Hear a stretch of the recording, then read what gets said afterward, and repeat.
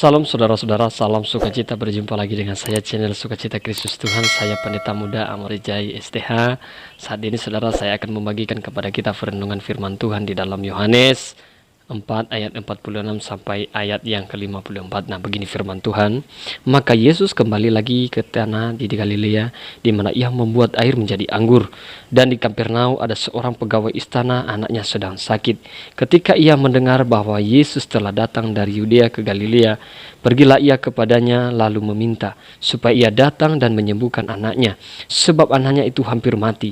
Maka kata Yesus kepadanya, jika kamu tidak melihat tanda dan mukjizat, kamu tidak percaya. Pegawai istana itu berkata kepadanya, Tuhan, datanglah, sembuhkanlah sebelum anakku mati. Kata Yesus kepadanya, pergilah, anakmu hidup. Orang itu percaya akan perkataan yang dikatakan Yesus kepadanya, lalu ia pergi. Ketika ia masih di tengah jalan, hamba-hambanya telah datang kepadanya dengan kabar bahwa anaknya hidup. Ia bertanya kepada mereka, pukul berapa anak itu mulai sembuh?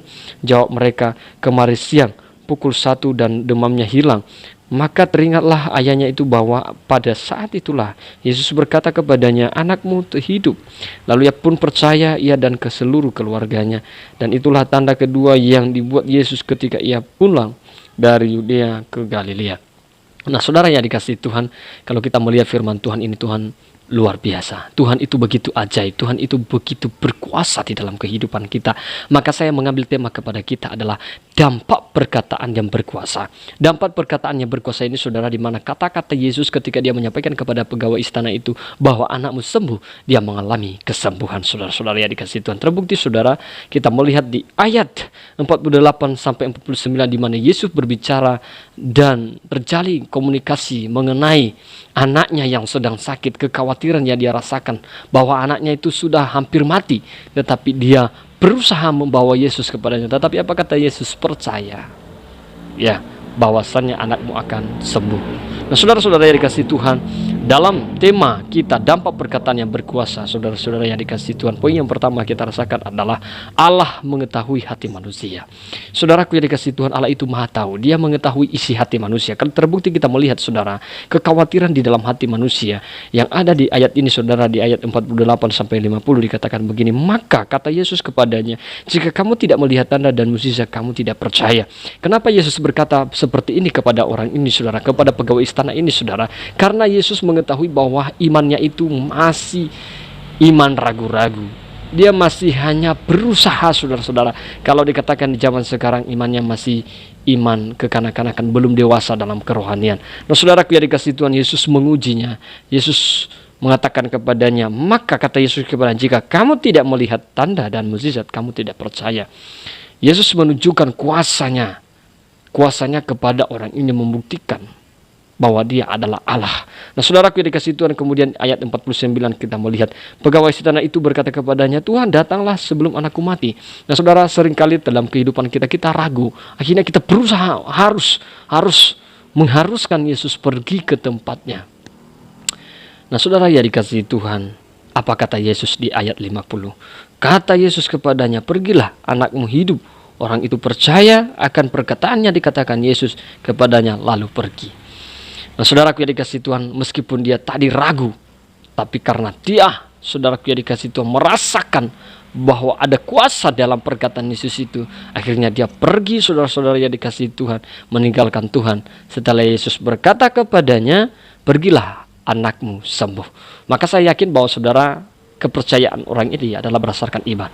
Iman itu apa? Kepercayaan, keyakinan. Orang ini yakin bahwasannya dari hasil perkataan Yesus itu anaknya sembuh, saudara-saudara yang dikasihi Tuhan. Dan banyak kita melihat mukjizat yang terjadi, seperti perempuan yang pendarahan 12 tahun saudara, ketika dia menjamah jubah Yesus dan akhirnya dia mengalami kesembuhan.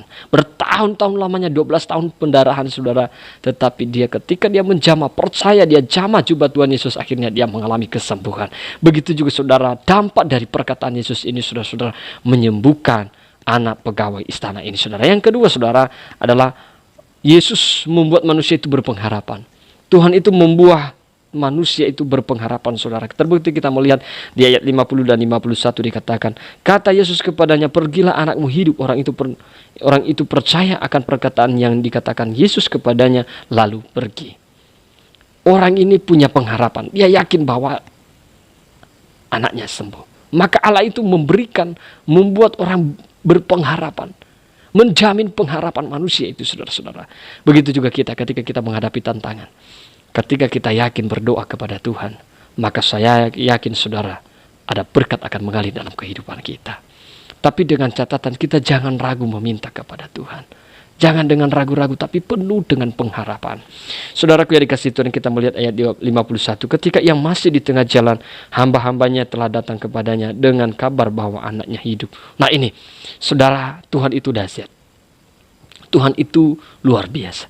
Di luar daripada logika kita. Di luar daripada pikiran kita. Rencana Allah itu begitu ajaib, saudara. Sehingga dia membuat pegawai istana ini begitu berpengharapan. Apalagi kita, saudara, sebagai orang yang percaya kepada Tuhan. Saya yakin dan percaya, orang yang sungguh-sungguh percaya kepada Tuhan, ia akan menjamin pengharapan. Dia akan menjamin harapanmu. Dia akan menjamin masa depanmu. Tuhan akan menentukan masa depan yang cerah kepada kita ketika kita sungguh-sungguh percaya kepada Tuhan. Nah, saudaraku yang dikasihi Tuhan, yang ketiga, saudara, adalah membuat orang percaya berkemenangan. Orang yang percaya kepada Tuhan mengalami kemenangan. Saudaraku yang dikasihi Tuhan, itu janji Allah. Allah itu menjamin kemenangan kita, saudara. Kita melihat, saudara, di ayat yang ke-52, saudara. Ia bertanya kepada mereka, pukul berapa anak itu mulai sembuh? Jawab mereka, kemarin siang pukul 1 demamnya hilang. Nah, saudara, kita melihat di sini, saudara, di mana ada jawaban daripada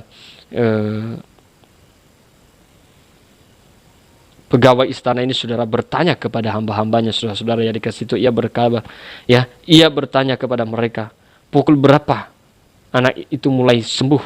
Jawab mereka, kemarin siang pukul 1 demamnya hilang.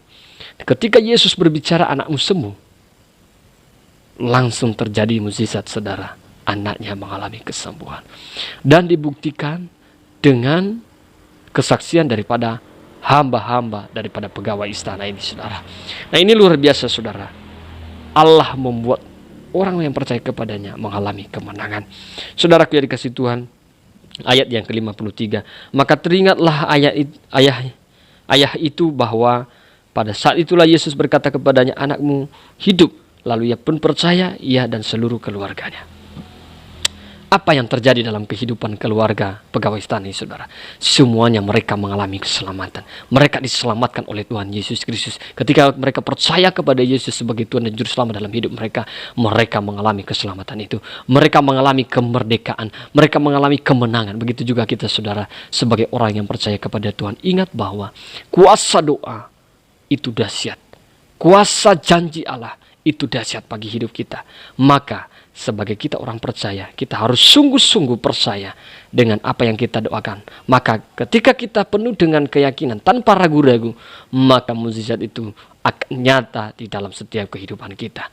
Demikian, saudara-saudara, penyampaian firman Tuhan yang disampaikan kepada kita saat ini, saudara. Semoga Tuhan memberkati kita. Salam.